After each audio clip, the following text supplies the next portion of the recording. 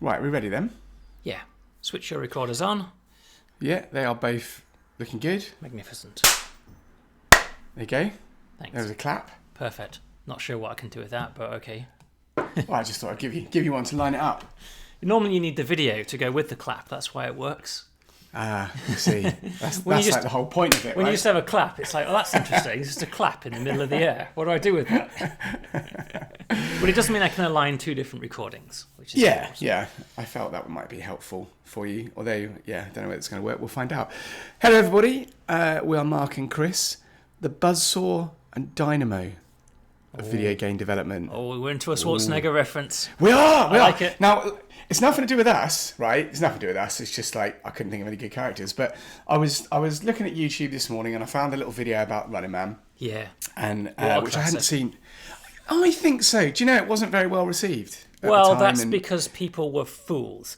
That's because they were spoilt, and they, imagine were, imagine yeah. a primary Arnold Schwarzenegger movie coming out again, and then going, it's Yeah. it's not as good as, like, I don't know, Commando. It's like Well, you have no well. idea how good you have it. Do you know what was? It was slated to launch in June, right? Right. Do you know what launched in June instead? You You won't know, no, but I'll tell you. It's Predator.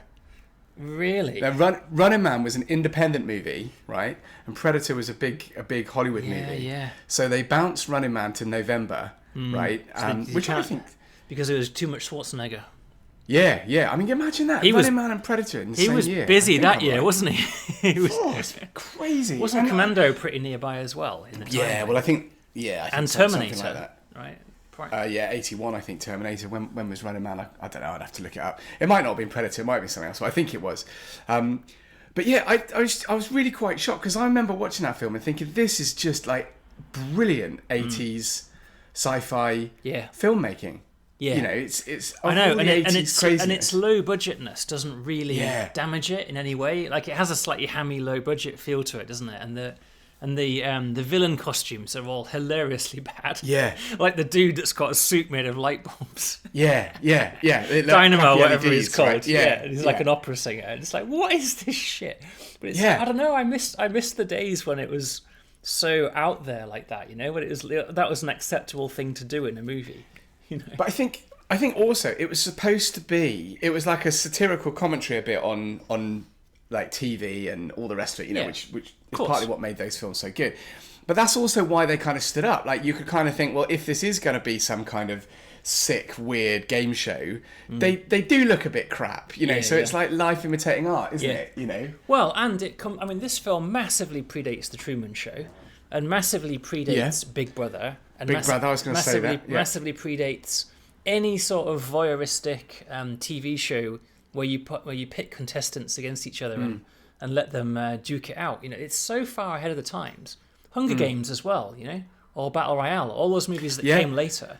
They're like Yeah, Millennial, they're 10, yeah. 15 years later. And here was Running Man, which I think itself is based on a book, isn't it? It is Stephen King book. Right. Stephen King, and interestingly, and there's another interesting sort of corollary here that refers to our secret conversations.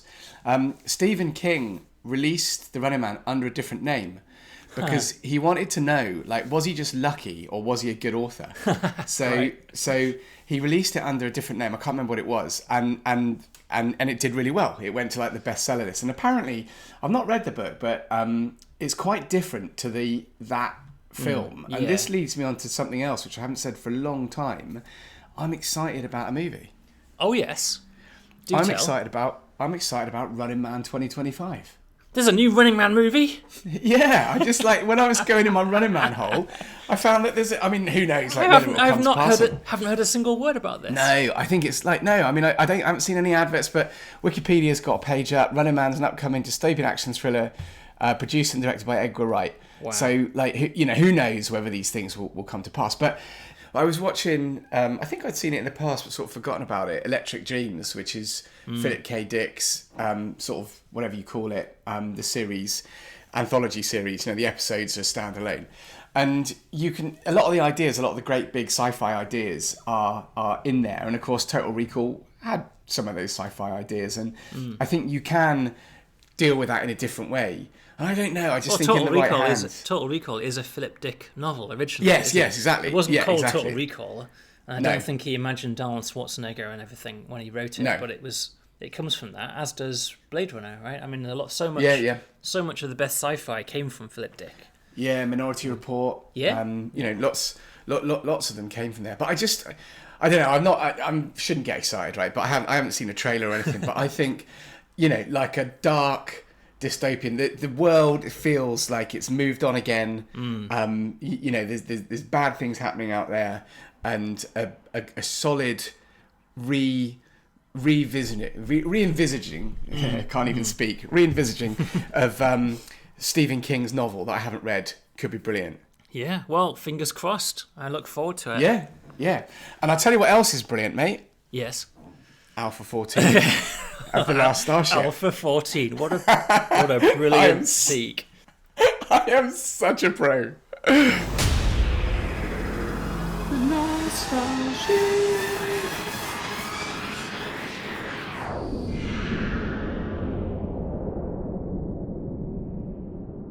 All right, straight into a big new feature then, all right? Yeah. You might notice there's a new menu item. Oh, yes, I do. Arena mode.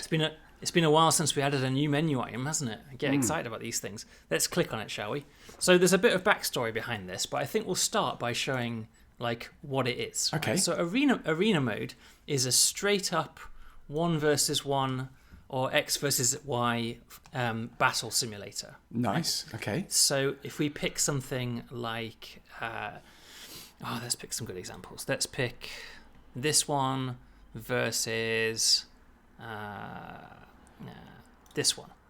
No, that's a bad example. Let's try this one. These are all ships from what are these ships that you've built? These are from the Steam Workshop. Okay. So I am actually picking these randomly, so I have no idea what we're going to get. Did you have to import them, or did they just come in? No, I mean I've subscribed to them on the Steam Workshop. Right. So Okay. I always keep my eye on the Steam Workshop and look at the latest, coolest ships.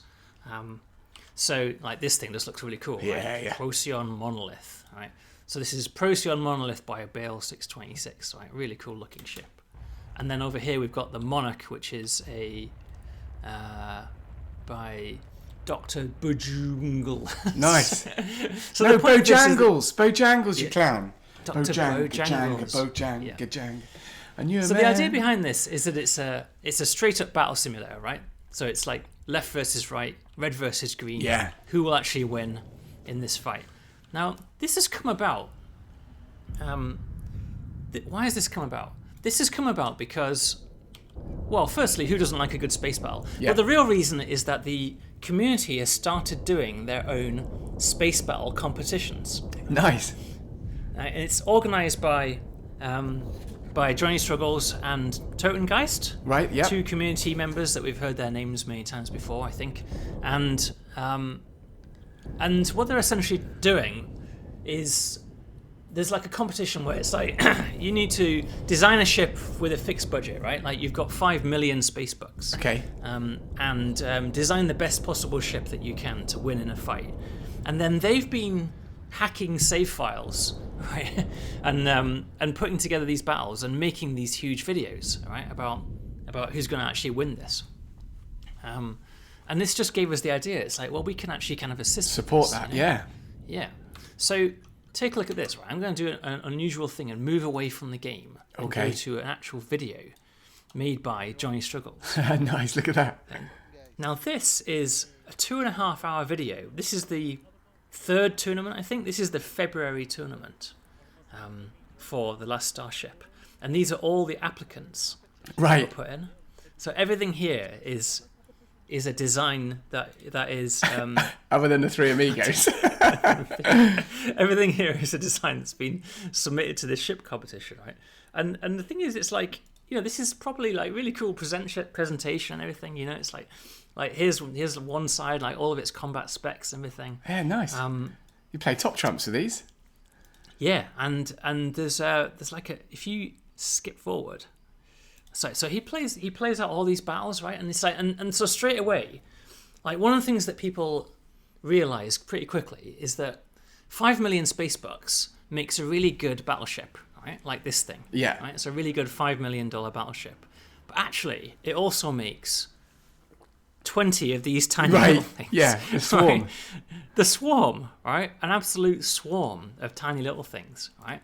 And that is a really cool idea. Like, I didn't think of that. I don't think the competition owners thought of that, right? So you could try something like, well, say you try something big, like something like this frigate test, right? And then those tiny little things are the neonates, right? So you can have something. Nice. You can click on this and change the number that you get, right? Yeah. So let's have 15 of those versus 1 of those. And so the AI takes over. Right? And so you can see on this side, you've got like a whole little armada. Little drone swarm. Yeah, an armada. Right? But they're all shit, right? Each one of them is like absolutely nothing. Right? It's just got a little cannon on the front, you know? But they're so quick, right?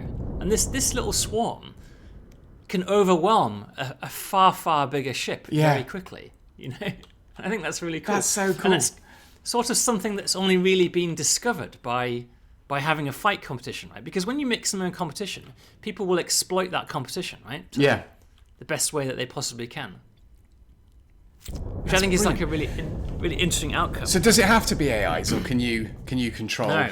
Right, so we can go to arena mode and we can pick, if you want to do, we can do a battle of our own, right? So we can say, okay, I want to have my, where's my reasonable Procyon fighter, right? And I can change this to be player controlled. Okay, I like reasonable. Yeah, reasonable. What about the unreasonable Procyon fighter? So this is not a particularly powerful ship, right? So I'm just using it in an example, and I can also pick the AI strategy that I want the enemy to follow. Okay. Right, because there are a number of different AI strategies. This is of limited use because, in all honesty, the AI will actually change strategy mid-battle if it wants to. Right. Okay. If it feels that it's the best thing to do. And so this is the same setup, except I'm now in control of this ship. Right?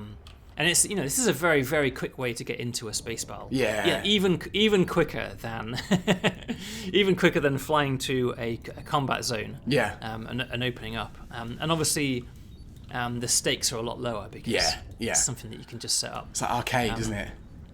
Yeah. Now I've obviously immediately made a mistake by picking a fight with a ship that has deflectors. You always do this in these videos. I'm going to get my ass handed to me. So this is the gist of the feature, and I think there's still more to be done here. Like, I like the fact that we can instantly get into battles. I think that's really cool. Yeah. And I really like the fact that I can try crazy stuff, like if I have a big steamwork, like look at this thing.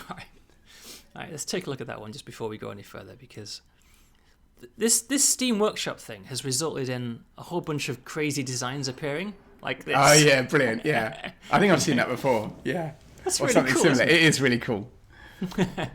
Like really creative designs, but also things like so this is very interesting. The winning ships, the ships that won the competition this time, are this array of things called the squiglets. Yeah, what are these weird sort of gantry structures on the are they just to make it look cool, or are they doing anything? No. All right. So in the same way that the community has figured out that these small fast ships are really dominant, right? Why are small fast ships really dominant? Because in previous versions of the game, you have an evasion property, right? And your evasion property was linear. Right. So the faster you went, the more your evasion increased. If you went twice as fast, you had twice as much evasion. Got it. Right? Linear. Right? And now we all know the problem with linear formulas. It's obviously unlimited. Yeah. It's the same with turning speed as well. So it would add up your forward velocity and your turning velocity. So ships like this are so quick that their evasion score was above 100. Right. Okay. Right? Because it's which means that it could never be hit. Right? Which means that when you shot at them, it hit you inevitably. Yeah, basically, you caused a black hole in that moment, broke the space-time continuum. Yeah, that's right. It was a singularity. So that's the first exploit. Second exploit, right, is that when you've got an AI ship with its guns deployed like this, these guns try and find the best target. Right? They just automatically try and fire at a target, and they won't auto-target any ship that is out of range or out of its field of fire. Right? So every ship has a field of fire. Right? Yeah. It looks like that. So if you're in a battle and the enemy ship is here, those cannons don't target that ship. Can't do anything. Because there's no point. But that's actually a disastrous strategy, because a fast-moving ship flies through your field of fire in about half a second. Yeah. Right? So you just completely missed your chance to even attempt a shot. And so that's exploit number 2. So these ships like this are not even fired on that often. Right. Because they're moving so damn fast that the AI guns don't even bother trying. Or by the time they've flown into their field of fire, they've already flown out of the field of fire. Right. And then exploit number 3 in favour of the Squeaglet bomber is that when guns do auto-target, they target a random square on the ship. Right, okay.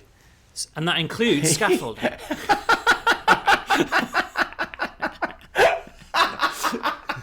Brilliant. I love it. And the penny drops. Yeah. Right. And so, if you look at all the Squeaglets, right, I think it was like a whole array of ships. It was like 2 of this one and 4 of the other one, and they're all quite cheap. Who was the clever bugger that came up with these?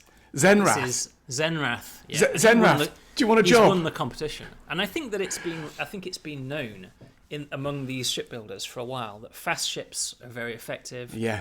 And this sort of thing, it's like a deflection arm, right? It's Yeah.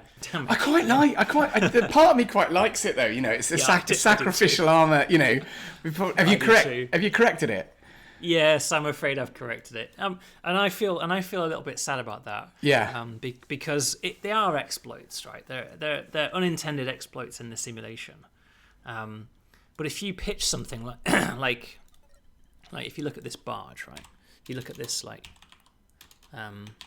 this battle barge. Yeah. Right. This thing has a value of 29 million credits, right? And is basically indestructible.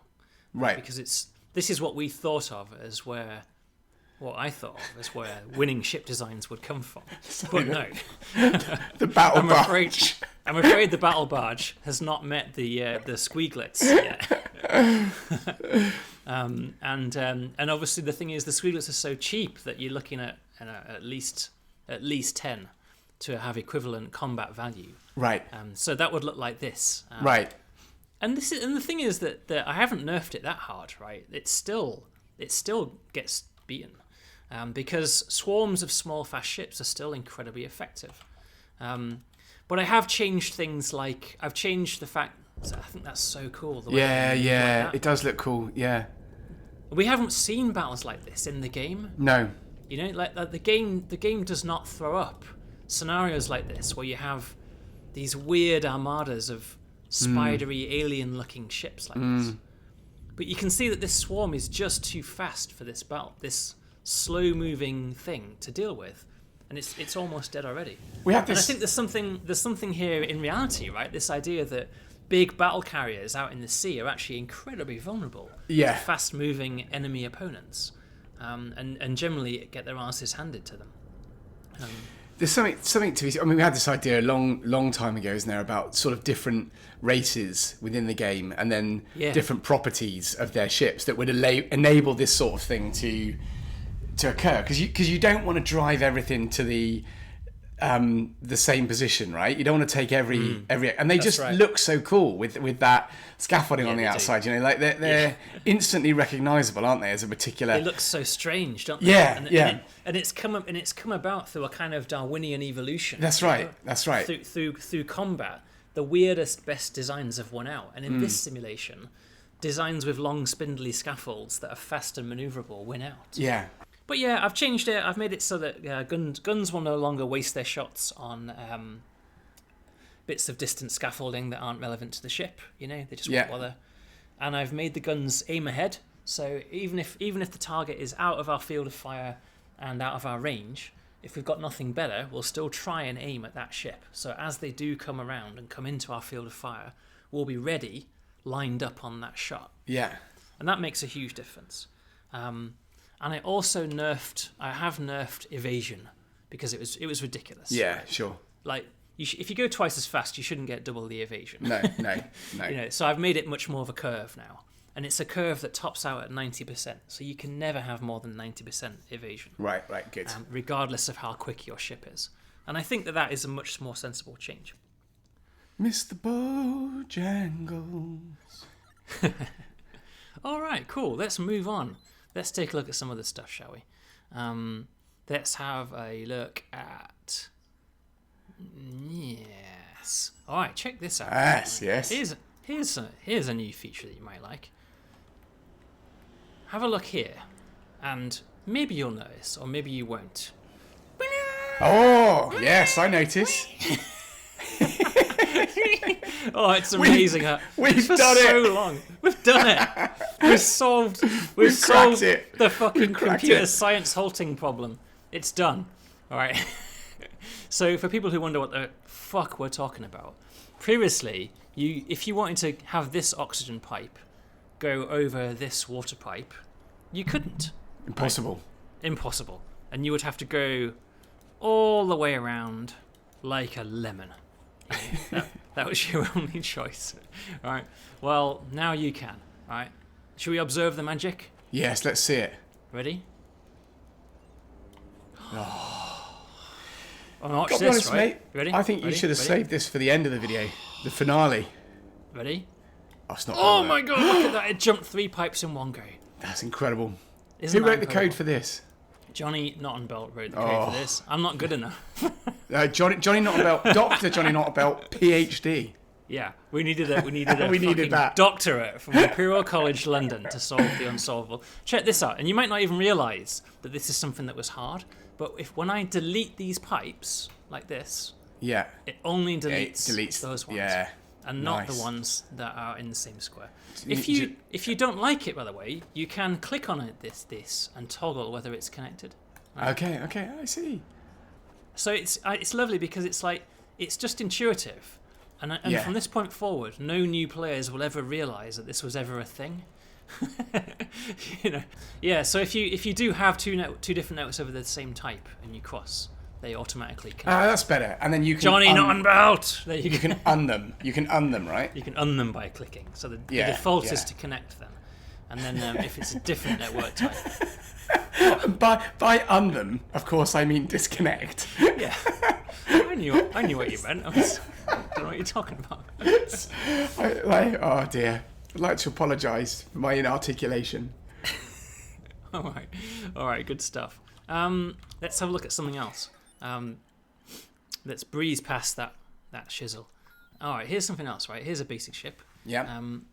Where are we? We're at a shipyard, and let's go to the trade screen. All right, and look in resources, and you can see that there is we're a bit low on food, right?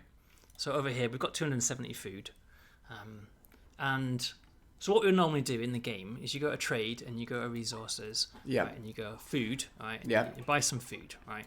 And this is pretty common, and often you buy some fuel, right? I'll have 5 fuel, and I'll have some Yeah. oxygen, and you sort of stay stocked up, don't you? Right? This is a common behaviour. Yeah. Well, now you can automate this behaviour. That's good, I with think. new auto trade rules. So what you do is you click on this little down pointing arrow, and Yep. it expands, right? And you get extra options, and you can say buy below. So Yeah, I'm going to nice. say I want you to buy below 5. Yeah. Right? So if I ever have less than 5 food, which is to say 500 food in storage, then just buy it for me. Yeah, right. And the same for fuel, right? I want to do fuel buy below 10, right? And the same thing, and the same thing applies for things like, right? So you can see this is an auto trade order arriving, right? Right. This is bringing me up to those minimums that I've just told them that I wanted. If you have something that you just want to automatically sell, you can do that too, right? You can say, I don't know, frames. I haven't got any Stargate frames because I'm not playing the Stargate right now, but you can say sell above 0, right? Yeah. Or you could say control click and it just says sell all. And that just means that whenever I have any of this component, just automatically sell them. As soon as I arrive at a starbase, just sell everything. Nice. Of that item. And it makes, this is quite a quality of life change because there are a lot of resources that you just kind of need all the time, that you always want to have. And, for summary, you can click on this new entry called AUTOTRADE on the left. Yeah, it's nice. I was going to ask about that. Yeah. And then it shows you what it's going to do, right? Yeah, so this is all of your existing AUTOTRADE orders, right?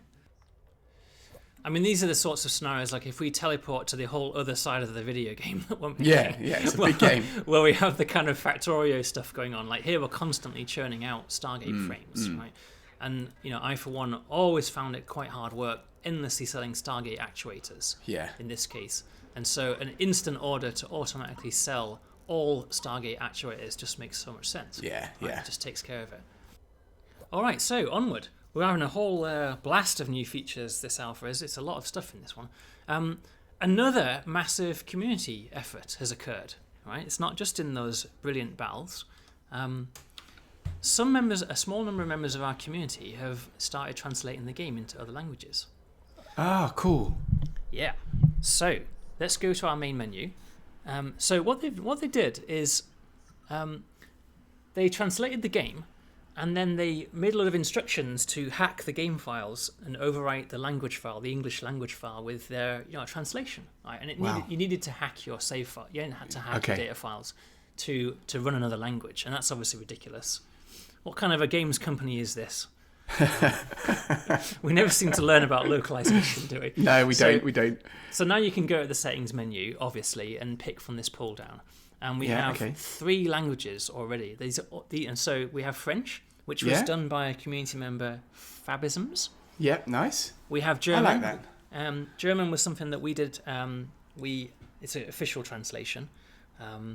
And Tom's son, Ollie, has been helping out with that as Thanks, well. Ollie. And Amelia DeSantis. And then we have a Spanish version that was made almost entirely by EMAP0707. Right. Okay. Pretty cool stuff, right? Yeah, just like that. nice. You just to change it, and then suddenly you're in another whole language, right? And then we're hoping to have more of this.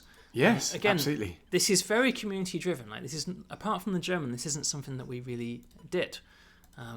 So if you want to help, we have next to our Discord button this new button that says "Help us translate." If you click on that, it will take you to a little page where you can tell us if there are any bad translations, or if you want to help with translating to a different language. There's a whole lot of help there on a wiki about how to do it. And presumably there's something in there for flagging overruns and stuff. Yeah. I'm sure there'll be a few in there. It's a tricky issue, isn't it? You can submit bug reports for the text doesn't work. Okay. Like German's always 16 times longer than English. Like that always seems to be a problem. And you can, if people want to do in other languages and stuff, they can do that too. I think what we'll do is we'll slowly add languages to this list as and when they get made, Yeah, brilliant. Yeah, all right, cool, that's that. Let's have a look. All right, so let's switch to... We've already had a new game mode, arena mode, haven't we? And we have. That was fun. I've had a big focus this alpha. I have chosen to focus on survival mode. Cool. Now, if we go to a new game, survival mode, with this lovely new bit of artwork, has been there since the very start, hasn't it? In fact, what we call survival mode is actually was the main game. Right? At Alpha 1. In Alpha 1, it was the main game. And then we moved into what we now call Boldly Go mode. We did the Stargate industry stuff because we're all such Factorio nerds. And we wrote a lot of episodes that have these brilliant characters in. And it's all come to life. And the game's, for the last couple of alphas, I feel like the game has really, found its footing. And it's, it has so much more in it now than Alpha 1. I think probably you and I both believe we launched Alpha 1 a bit too early. Yes. And we should have cooked it for a bit longer. Survival mode is a great idea, but not for new players. That's right. Just not for new players, because it's too hard, Yeah. It's too hard. And you need to understand the game pretty well before you can really attempt survival mode. Because I believe it's locked, isn't it? It only pops up. When does it become unlocked? You have to complete the first part of the Stargate project. Right. Okay. Only once, and then once that's done, survival mode is unlocked. Or you hack it so far. And when I've been rethinking this game mode and redesigning it, I've kept in mind that I don't really intend this to be for new players. Yes. That I intend for this to be a challenging game mode. So if I load a save game that's a little bit further along, like this one, for example. So for those people who perhaps have never even tried survival mode, the general idea is that there's this catastrophic anomaly that is expanding forever, right? The black hole, the anomaly, doesn't really have a good name. The void. Vacuum collapse, we called it at one point, didn't we? The vacuum collapse. In my mind, it's a vacuum collapse, which is a very fascinating real physics concept, possibility in the future. And a vacuum collapse expands at the speed of light and consumes everything forever and rewrites the universe such that the laws of physics no longer really exist inside it. And so the idea is that you're constantly on the run from this. Now, survival mode previously had no real aim. And my intention is to make it so that the objectives of survival mode are much clearer and that there is a finite number of sectors that you have to jump through, right? You have a fixed objective. Now, not all of this is finished yet. Not all of this is fully working yet. So we're kind of working towards this, right? If you get what I mean. But the ultimate objective is to rescue as many civilians as you can from this galaxy. And the way that you rescue civilians from this galaxy is by sending them through the Stargate, right? The Stargate that you've been building all along in Boldly Go mode in the background, that is the end of survival mode. Nice. Survival mode arrives at that Stargate after X sectors, not entirely sure how many yet. And and the anomaly arrives with you, right? So the anomaly is expanding behind you. And there'll be a huge convergence of ships from the area all going through this Stargate to escape the galaxy. And you'll be the last one through. Yeah, cool. That is the general. That's the guiding principle behind survival mode. Now, if I load something, let's load something a bit further in. So this is that same ship, but much later. Right, I'm now in sector 16. Right. And you can see that I've devoted a significant amount of floor space to recycling and food production and crop production. I've rebalanced all of the recycling rules and all the crop production rules and all the fuel production rules. Now, when you go to trade, in this sector, we're in sector 16, right? When I go to trade and go to resources, you will notice there's nothing, right? Yeah. There's no fuel, there's no oxygen, there's no FTL charges, there's no ammo, there's no water, there's no food. There's a few goodies, right? But nothing, no critical resources, right? So one of the biggest changes I've made is that critical resources are fully available in sector 1, right? And then they drop off. Every sector they get more and more scarce, right? As panic sets in, as everyone tries to flee this vacuum collapse, and they get more and more hard to find, and their price goes up and up as a result. And then beyond about sector 5 or sector 6, there's nothing. Right. There's nothing. There's not a single morsel of food anywhere to buy. No fuel to buy. Nothing. So recycling, like this is water recycling. Recycling is your only hope, right? You must recycle what you have. Recycling your oxygen into recycling your CO2 into oxygen. Growing your own food from waste recycling, right? This is how you survive. Make sense? Yes, absolutely. And I was just thinking back, Battlestar Galactica was such a sort of touchstone for us, wasn't it? And that is one of the key themes of that series, that expansion. You don't really know where you're going. You've just got to hang on. You've just got to survive. And the art and the skill is in, can you build a self-sustaining fleet? Yeah. And for how long? And it's really hard, right? I've got 2 ships here. We are in sector 16, and I think at the moment we're stable in terms of key resources.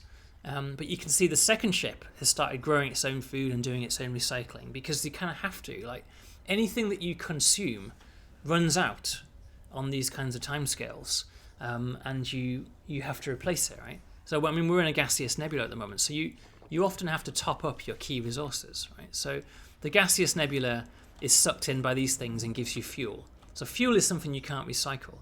So every now and then, whenever you're in a sector, you pretty much need to go, every now and then you'll have to visit one of these gas clouds to top up your fuel reserves, right?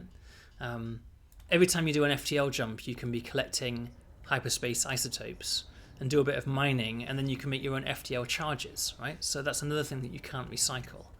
And then similarly, water water is available in comets, right? I've made comets more common. Like, they used to be pretty rare, comets. It's the only place that you can actually find water in the game outside of trading. So now there'll pretty much always be a comet in every sector.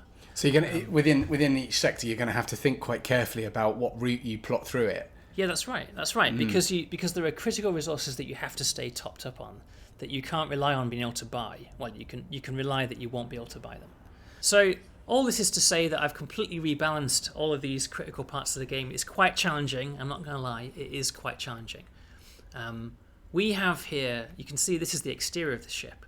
I've converted the whole thing to habitation. And I have 283 civilians on board this ship, and 35 crew, which is quite a lot, you know. Yeah. And when you jump to the next sector, if I just do a next sector jump. So when you jump to the next sector now, we actually highlight how many people are in your fleet, right? And this is crew and civilians.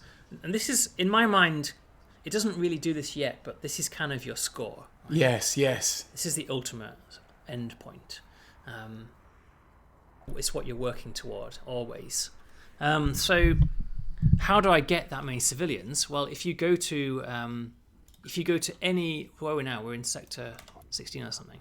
If you go to any colony or shipyard or anything like that, you'll now find that there's a whole bunch of civilians who are willing to pay for permanent asylum.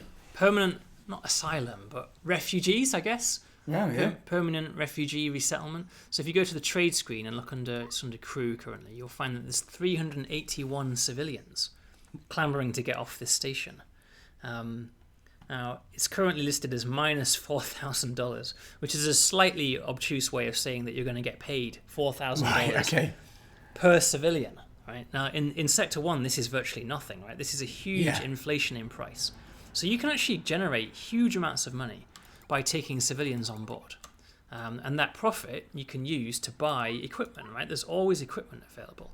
And equipment is usually reduced in price because there's such panic around the system. Yeah, they'll just sell anything. Yeah, so nobody wants the equipment, and everyone wants passage on a ship. Right?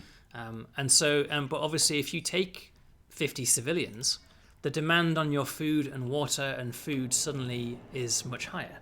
Right? And you need to be confident, because as soon as you end up in a situation where you're consuming more than you're making of a critical resource, it runs out very quick. Like, you're always on this knife edge of balance, you know. Yes, building up to it on the curve. That's right. So you've got to be confident. So we were talking about Battlestar Galactica earlier, right? So one of the problems with this game mode that I found when I've been playtesting is that you can buy other ships. Like, I could buy this ship now, right, for quite a lot of money, like 3.6 million. But it's really hard to stock this ship up with the necessary resources, because, as we've established, there is no fuel to buy, right? There is no food, there is no oxygen. So you would have to buy it and then dock this ship and then transfer a load of food and fuel. And it also doesn't really make thematic sense, right? That there's a totally empty, fresh hull just lying about. It's just like it's unused. It's like no one's using it for anything. So it's like it's 50% reduced because nobody wants it. It's pointless. In the normal game, you could buy this and you could equip it by spending a lot of money, but realistically, you just don't have the resources spare. Right? Buying another ship and transferring a third of all your resources to that new ship is so crippling that I imagine by the time you get to Sector 17, it'll never happen. And that doesn't really suit my intention of you being able to create a kind of Battlestar Galactica fleet of ragtag survivors. fleet. Yeah, and escort them to the Stargate. So I've invented a new mission type. So when you arrive in a sector, we've got the old Destroy Hostiles mission, which is a kind of way to make money by going on the hunt. But we also have this new thing called Investigate Distress Call. Now, you might remember, we have actually had distress call missions before on the map, but they've been a rescue mission where you have to, a ship's engines are damaged, you know. You have to dock. You have to dock, they're spinning out of control, aren't they? Yeah, that's right. So this is not that. This is a new type of mission. So let's jump there. Right? I'm going to jump to the distress call. Oh, there's the anomaly in the There's background. the anomaly in the background. What do we find? We find a ship, Oh, a prototype carrier. To any vessel, we're under attack. Please help. We won't last much longer. oh, Right? Well, our mission is clear. So we've got 2 hostile ships, and this is the ship that issued the distress call, right? Already heavily damaged. So, let's get on with it. We know what we're to going do. to do a bit of rescuing. We do know what to do. This is a real rescue mission, right? A rescue mission against belligerent forces. Are you going to issue an order to stop? Are you going to open hailing frequencies? No, I think we're past the warning point now. We're past that, are we? Yeah. I've made another change, by the way, that I might mention at this point, which is previously, whenever there was a space battle occurring, the game would slow down, Yeah. and that annoys a lot of players, particularly experienced. I did it because if you just accelerate time, you can lose your ship in like 5 seconds Okay. without realizing what's happening. So I slow the game down to give people chance to make some moves, right? But now you can go to the settings menu and click on, and you can untick slow during combat. Right. And once you've unticked that, you can accelerate time to whatever you want during a space battle. And, on your head be it, if you lose your ship as a result of Jump accelerating time, right, that's on you, really. Right, so let's just take care of this. So you can see that ship that was issued the distress call is assisting us now. They are giving assistance. They're not just running away. But they're heavily damaged, right? You can see that they're... There we go. There was a shot, wasn't it? You can see that they're very, very damaged. So in order to succeed at this mission, I have to actually win this fight, which I'm not doing a very good job of here. Praxis Pirate seems to be fairly well disabled, but Codename Crater. I've lost a ship. Right, that's all right. We'll go with it. All right, that's 1 down. This ship is very laden, and it's slow. And I found that in space battles, slow is not good. As you'd expect, right? Yeah. You're a civilian ship That's right. hanging on for dear life. And our exterior is all habitation, right? Habitation is expensive. Right, there we go. So There we go, yeah. I've won the fight. I get my combat rating. Right, let's go and see the damaged ship. So we get a follow-up call. Thank you, Captain. We would never have survived without your assistance. Damn right. If you'd be interested, we'd be honoured to join forces with your fleet. Nice, right? Right? So this is kind of the new stuff. And you might recognise this character as one of the characters from the storyline. This is the first time you've kind of had a call in the normal game that's not a story-driven episode. So you've got 2 options now, right, in the mission. Right? There's 2 options. You can take the cash reward, right? There was a cash reward on offer of $250,000, and that might be what you want. But we're going to go with the ship reward. I'm going to click it. And now this ship, the prototype carrier, joins our fleet. Nice. And that's useful because we just lost a ship. Right? And so we have a fully functioning ship with resources, with crew, with a habitation deck, albeit a very small one. And so this is cool. I like this it. is Yeah, a much yeah, yeah. better. It's a much better way to build your fleet. It feels much more fitting because essentially everyone is running away from the vacuum collapse, aren't they? Everyone. Yes. Yeah. And you want to team up with people that are competent and are going to keep you safe, that you can be more effective as a group. So how was that fight for you? Did you come out on top or did you come out under? Because you lost a ship and you gained I lost a a new ship, and I would have reloaded a save game at this point. Right, you would have done. Yeah. Okay. And I okay. would have paid more attention to the battle because I wasn't I wasn't paying enough attention to that that faster moving ship. But ultimately, that wasn't a good outcome for you. No, that's a very bad trade because I had loads of civilians on board that other ship. But you've just given me an idea that we should create an Iron Man mode. An Iron Man mode would be whereby you can't reload a prior save, right? Yeah, Save game occurs automatically. You need to decide if you commit to a space battle or not. Because That's right. it's like when we first went there, the battle was a long way away, right? And we could have run away if we'd wanted to. So this is our new fleet. It would have been 3 ships. So you can actually build up quite a large flotilla at this point, of all these different ships that join together in your fleet. Now, I do want to make it so that I'm always, to be clear, I'm always going to make it possible for you to keep going to the next sector, right? I'm never going to take that away because some players love it and they're out in like sector 60 Yeah. And if you want to run away from the vacuum collapse forever, then I'm not going to stop you. Right? Or see how far you can get. Yeah, how long can you last? Because the only way to last is through recycling and gathering. But I do want there to be a conclusion to survival mode. Right? I want there to be an ending and a score screen and a kind of, this is how well you did with your fleet, you know. I want to have the scene from Battlestar Galactica where they finally arrive at the destination, all beaten up, you know. Yeah, And limping limping along, and this is how many people made it, you know, and this is how many people didn't make it. I think that's the key. Yeah, so lots of new stuff there. This game mode is very much aimed at people that fancy a bit of a challenge and are interested in seeing the game turned on its head a little bit. I added in a bunch of research projects to support this game mode. So we have a whole new little tree up here. You can upgrade habitation, it's called, at the top level. And it starts to increase things like the recycling efficiencies. Cool. So this was all a bit random previously, but now if you highlight a piece of equipment like this water recycler, you can see this is fully upgraded and has a recycling efficiency of basically 100%. Right. 6 wastewater is recycled fully into 6 water. But it's not how it begins. It's only that way because I've done all the sci-fi research. Yeah, you've pushed up through the tree. These recycling efficiencies increase the efficiency of all of your key resource recyclings. And hydroponics gives you better yield crops. Right? So you can grow more and more food for the same amount of seeds and fertilizer. And then hydroponics 2 increases it further and gives you a schematic for the garden itself, the hydroponic garden.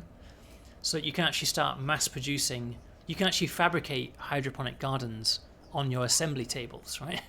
So we're bringing over the assembly table from what was previously industry mode, like here's one, and I can actually make hydroponic gardens now. Nice. out of parts, you know, because you just can't buy enough. Right? Yeah, sure. With a big enough crew, you need so much food. You just need, I honestly think that you're going to need huge ships that are just devoted to growing food. I love that idea. That was always one of my goals for this. You know, that we're going to have garden ships and the sewage ship, and you know, and then surrounded by a bunch of warships protecting the fleet. Yeah, that'd be so cool. I'd love to see that. That is where we're going with survival mode. I think that is the aim. There you go. That was Alpha14. If you like what we do, subscribe to the channel, chat with us on the Discord, and we will be back with another update later in the year.